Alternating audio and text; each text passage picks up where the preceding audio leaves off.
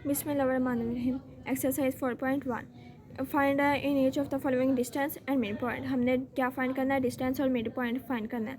उसके लिए उन्होंने 3 क्वेश्चन दे दिए, ए बी और सी। तो ठीक है, हमने पहले क्वेश्चन ले लिया। इसमें डिस्टेंस का फार्मूला, अगर हमने डिस्टेंस लगाना है तो डिस्टेंस का फार्मूला ये है, ठीक है। x2 माइनस x1 का स्क्वायर है प्लस y2 माइनस y1 का स्क्वायर है, ठीक है। तो इस तरह से हमने डिस्टेंस का फार्मूला लगा दिया। तो इसका क्वेश्चन में उन्होंने ए और बी 2 वैल्यूज़ दी हुई हैं हमें। तो इसमें अगर हम गौर से देखें तो ये x1 की वैल्यू पहली होती है और दूसरी y2 की वैल्यू, और b की या कोई और रकम है दूसरी, उसमें x2 पहला होता है और y2 दूसरा होता है। इस तरह से हमने इसकी वैल्यूज़ इसमें पुट कर लेनी है, ठीक है। तो इस तरह से x2 हमें पहले दिया हुआ है, तो x2 कहाँ पे, यहाँ पे -2 पुट कर दिया, माइनस x1 दिया हुआ, तो x1 कहाँ पे, ये 3, तो ये 3 हाँ हमने यहाँ पे पुट कर दिया, प्लस अब y2 है तो y2 कहाँ पे, ये -4 हमने पुट कर दिया, माइनस y1 कहाँ पे, ये 1, तो 1 हमने यहाँ पे पुट कर दिया। माइनस माइनस प्लस, 3 में 2 प्लस किया तो 5 आ गया, माइनस माइनस प्लस, 4 में 1 प्लस किया तो -5 आ गया, ठीक है। 5 का स्क्वायर लिया तो 25, 5 का स्क्वायर 25 प्लस 25 50 बन गया है, ठीक है। तो इसका 25 का एग्जैक्ट कोई आंसर नहीं आता। अगर हम इसकी इस तरह से तस्दीक करें तो ये हो जाता है 5 10 50, 5 2 10 2 1 2।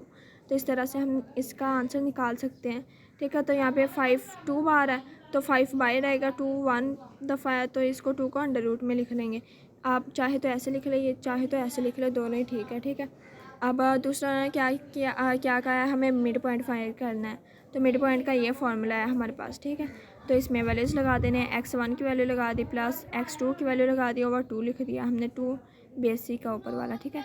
y1 की वैल्यू लगा दी, y2 की वैल्यू लगा दी -4, ठीक है। अब इसको हल कर लेना, प्लस माइनस माइनस है, 3 में से -2 किया तो 1 आ गया, 1/2। 1 में से 4 निकाला, मतलब कि 4 में से 1 निकाला तो 3। ग्रेटर वैल्यू के साथ माइनस है तो हमने माइनस लगा दिया, -3/2। तो ये हमारे पास इसका आंसर आ गया। एक हमारे पास ये मिड पॉइंट का आंसर है और ये डिस्टेंस का आंसर है। अब इन्होंने जो दूसरा क्वेश्चन हमें दिया है उसकी वैल्यू लगा के, तो उसी पे भी यही फार्मूलाज लगा के तो हमने आंसर निकाल लेना है।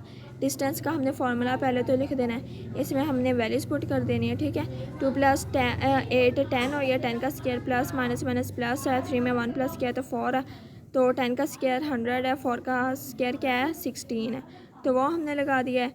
तो 100 में प्लस 16 करेंगे तो 116 आ जाएगा, इसका अंडर रूट लेंगे तो इसी तरह से उसका सॉल्व आउट करेंगे तो 2 बार है तो ये बाहर ही आएगा, 29 एक दफ़ा है तो ये अंडर रूट में आ जाएगा। तो ये इसका आंसर बन गया है, या तो ऐसे लिख ले या तो ऐसे लिख ले, ठीक है।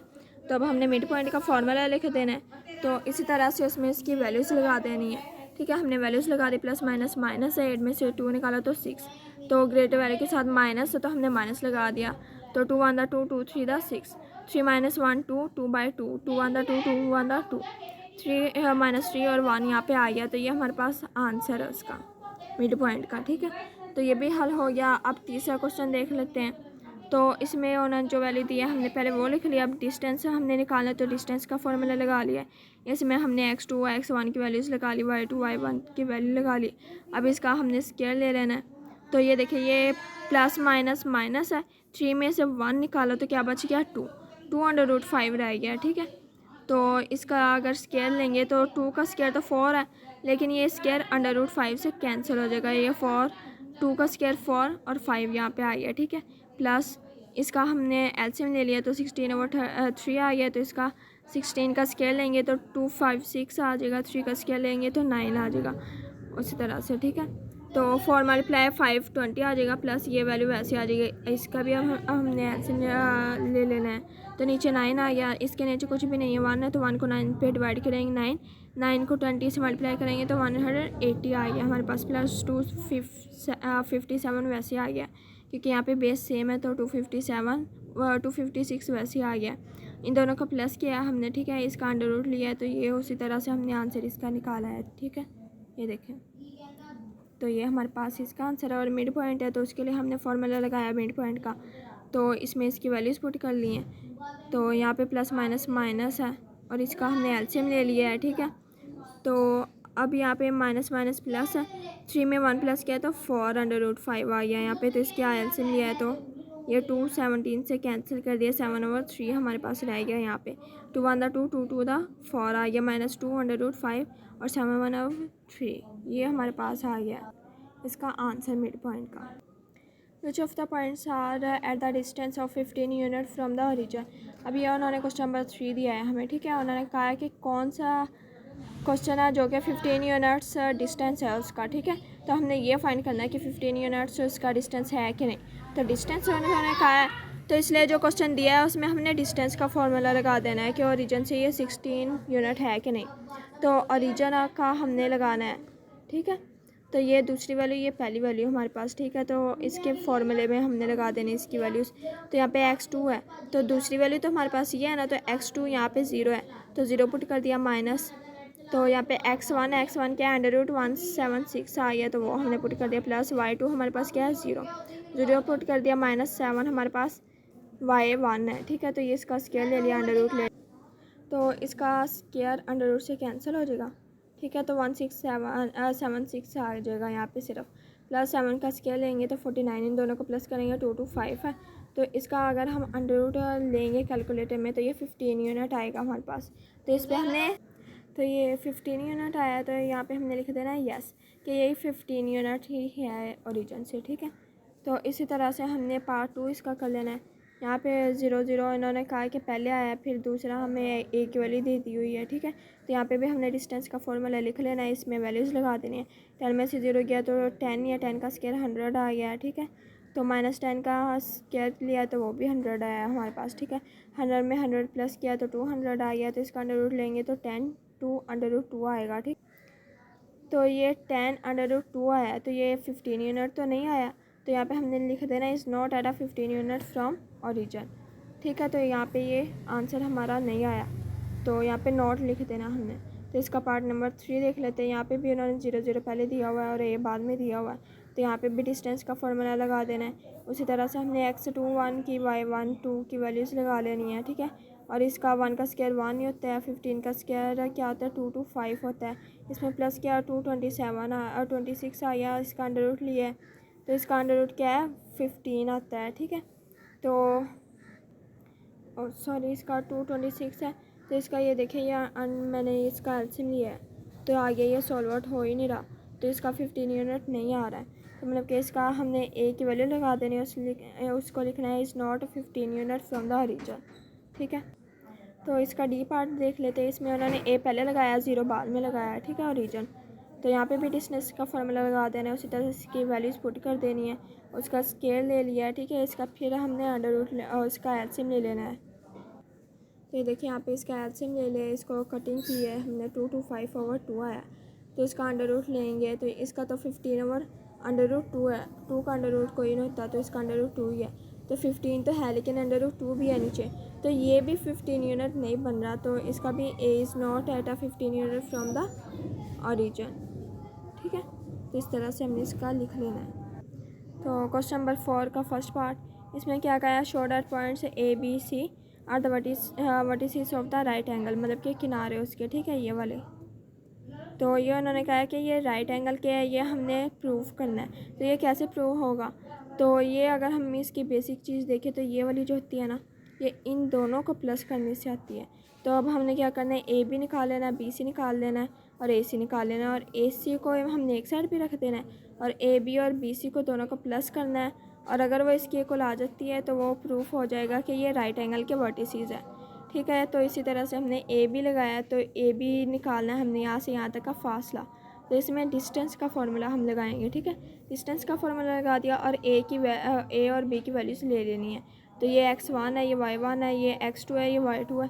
इस तरह से हमने इस फॉर्मूले में हमने इसकी वैल्यूज़ पुट कर दी, ठीक है। तो 2 अंडर रूट से कैंसिल हो जाएगा, माइनस माइनस प्लस है तो -3 आ जाएगा। तो यहाँ पे 3 प्लस ये 3 का स्क्वायर क्या है 9 + 3 12 आ गया, तो एक आंसर ये आ गया। अब हमें चाहिए बी सी, तो बी सी में हमने बी सी की वैल्यूज़ यूज़ कर लेनी है, तो उसी तरह से हमने वैल्यूज़ लगा देने। अब यहाँ पे क्या है, ये x1 है, ये y1 है, ये x2 है, ये y2 है। इस तरह से हमने इसकी वैल्यूज़ लगा देनी है यहाँ पे। ये देखिए इस तरह से हमने वैल्यूज़ यहाँ पे पुट कर दी है।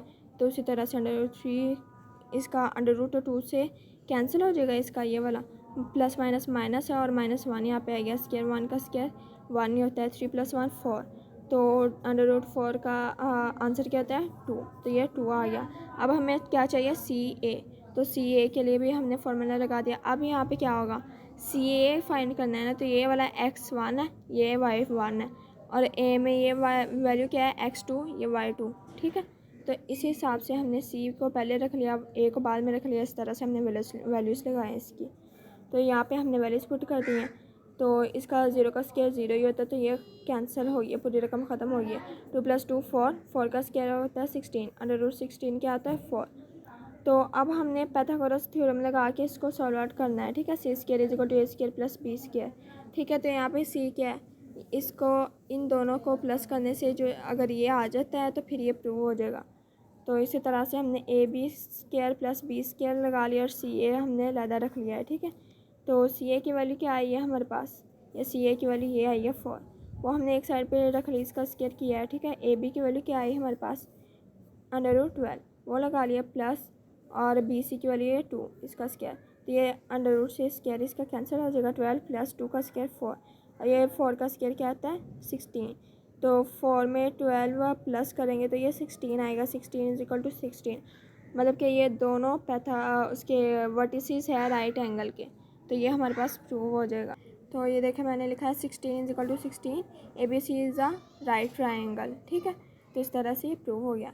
तो इसी का क्वेश्चन नंबर 2 है, ABC है और वर्टिसेस ऑफ आइसोस्केल्स ट्रायंगल। तो आइसोस्केल्स ट्रायंगल क्या होता है, इसका मतलब होता है हुज 2 साइड्स आर इक्वल, जिसकी 2 साइड्स कम से कम इक्वल होनी चाहिए, ठीक है। तो इसका भी हमने उसी तरह से AB BC CA निकाल लेना है, और अगर इन तीनों में से कोई 2 साइड्स इक्वल आ गई हैं तो वो फिर प्रूव हो जाएगा कि ये आइसोस्केल्स ट्रायंगल है। A भी हमने निकाल लिया है, ठीक है।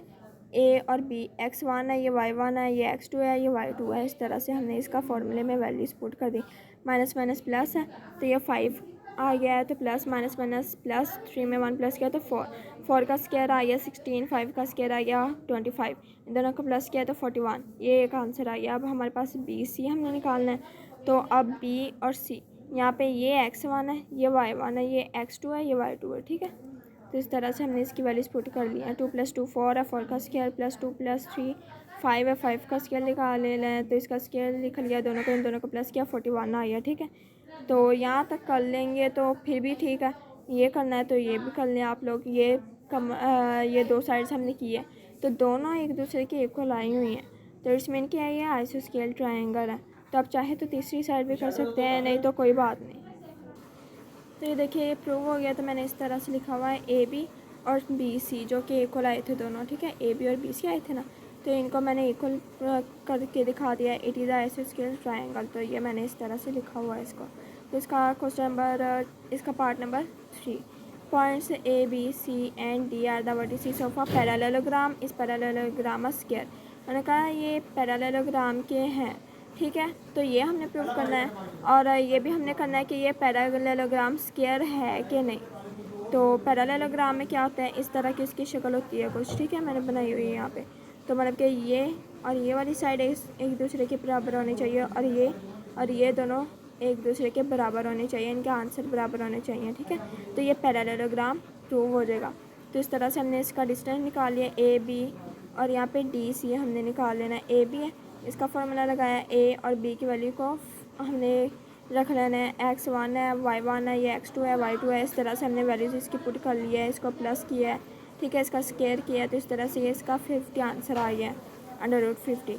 तो इसी तरह से हमने DBC भी निकाला है, DCD DA सारा कुछ हमने निकाला हुआ है, ठीक है। ये देखिए AB BC CD DA चारों साइड्स निकाल लेनी है, फिर इसको दिखा देना है कि ये है कि नहीं। तो इस तरह से मैंने BC निकाला हुआ है। तो BC का यहाँ पे किया, इन दोनों को प्लस किया है, स्केल लिया है, प्लस किया है, 350 आ गया।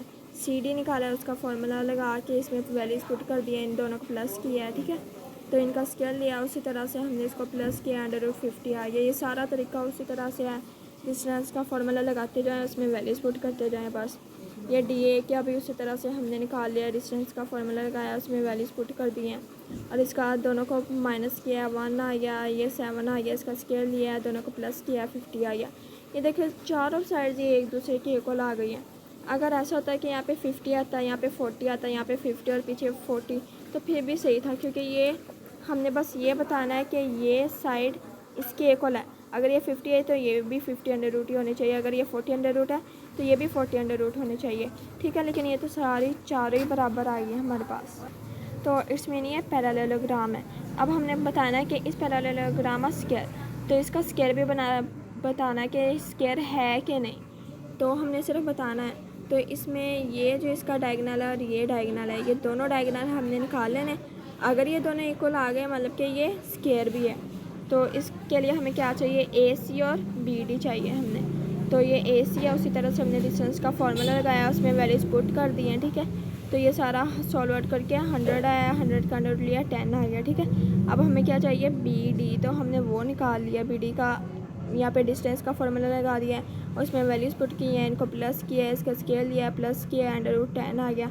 ये भी 10 था, ये भी 10 आया था, तो ये दोनों इक्वल आ गया है। इट्स मीन ये स्क्वायर भी है, तो हमने क्या लिखा, since AC is equal to BD, so ABCD is also a square, मतलब कि ये स्क्वायर भी है, ठीक है। तो ये हमारा क्वेश्चन प्रूव हो गया है।